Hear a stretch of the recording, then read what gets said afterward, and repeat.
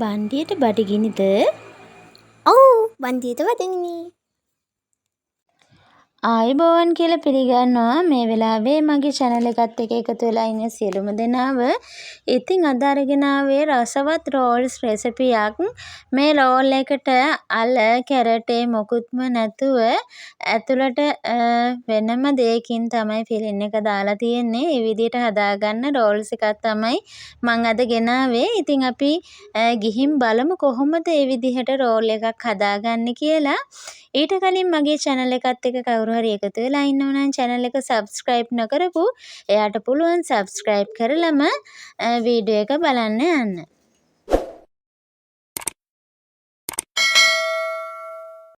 මුලින්ම තාච්චයක් මේ විදිහට ලිපේ තියාගෙන ඒකට තෙල් චුට්ටක් එකතු කරනවා. තෙල් ටික රත් වීගෙන යනකොට සුදු ලුණු බීක් දෙක තුනක් හීනයට කපාගෙන එකතු කරගන්නවා. ඊළඟට මම රම්ප කරපිංචා ටිකක් එකතු කරනවා.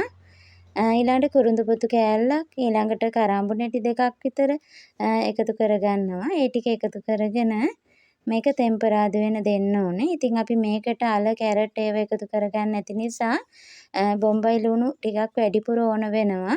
ඒක නිසා බොම්බයි ලුණු ගෙඩි 5ක් විතර හීනයට කපාගෙන මේ විදිහට එකතු කරගන්න. මාළු සැමන් මස් මොකුත්ම එකතු කරගන්නේ නැහැ.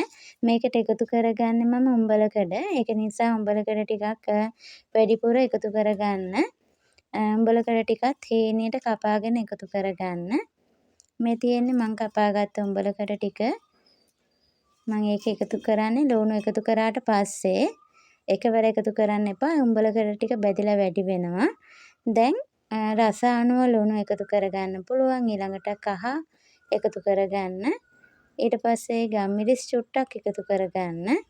ඊළඟට කෑලි මිරිස් නම් ටිකක් වැඩිපුර එකතු කරගන්නවා මේක සැරෙන්න. ඉතින් ඔයාලගේ සැර ගොඩ සැර දාන්න එපා. එතකොට මේ රෝල් එක රස අඩු වෙනවා. සාමාන්‍ය මට්ටම සැරට හදාගන්න පුළුවන්.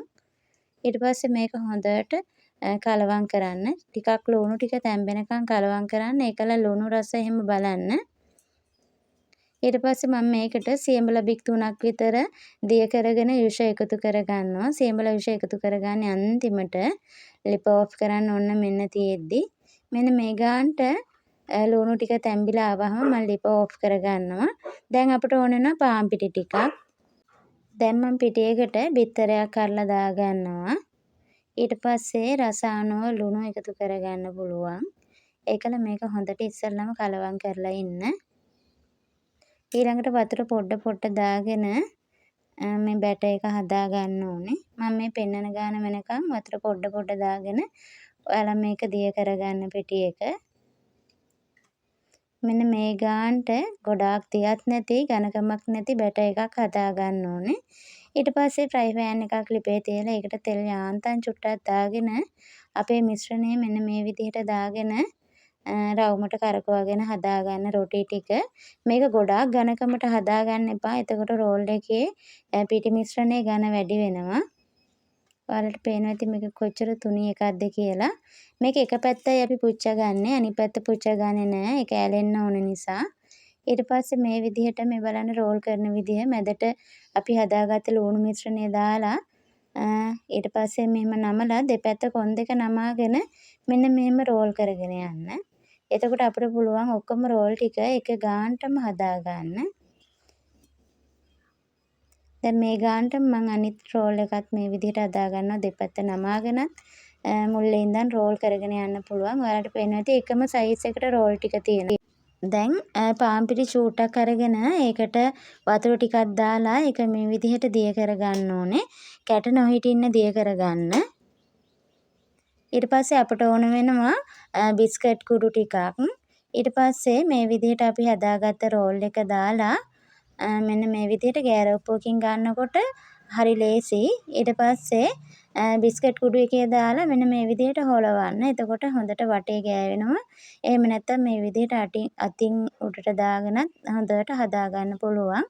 ඔයාලා කැමති නම් දෙපාරක් බිස්කට් කුඩු තවරා ගන්නත් පුළුවන්. මං එකපාරක් තමා තවරාගත්තේ. ඊට පස්සේ මේ විදිහට තෙල් ටිකක් ලිපේ තියලා ගොඩාක් ගැඹුරු තෙලෙම ඕනේ නැහැ මේක. අපි මේක ගෝල්ඩන් කලර් එකක් වෙනකම් මේක බැද ගන්න ඕනේ. හැබැයි මේක බදිනකොට ඔයාලා ගින්දර ගැන ප්‍රවේශම් වෙන්න. ගින්දර මධ්‍යම ප්‍රමාණයට වැඩිය අඩුවෙන් තියාගෙන මේක බැද ගන්න ඕනේ. මේ විදියට හරවමින් මේක බැද ගන්න.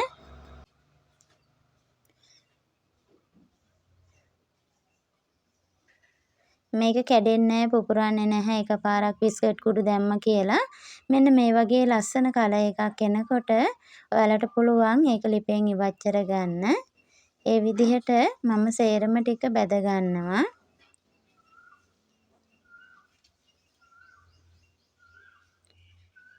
මේ බලන්න කොච්චර ලස්සනට තියෙනවද?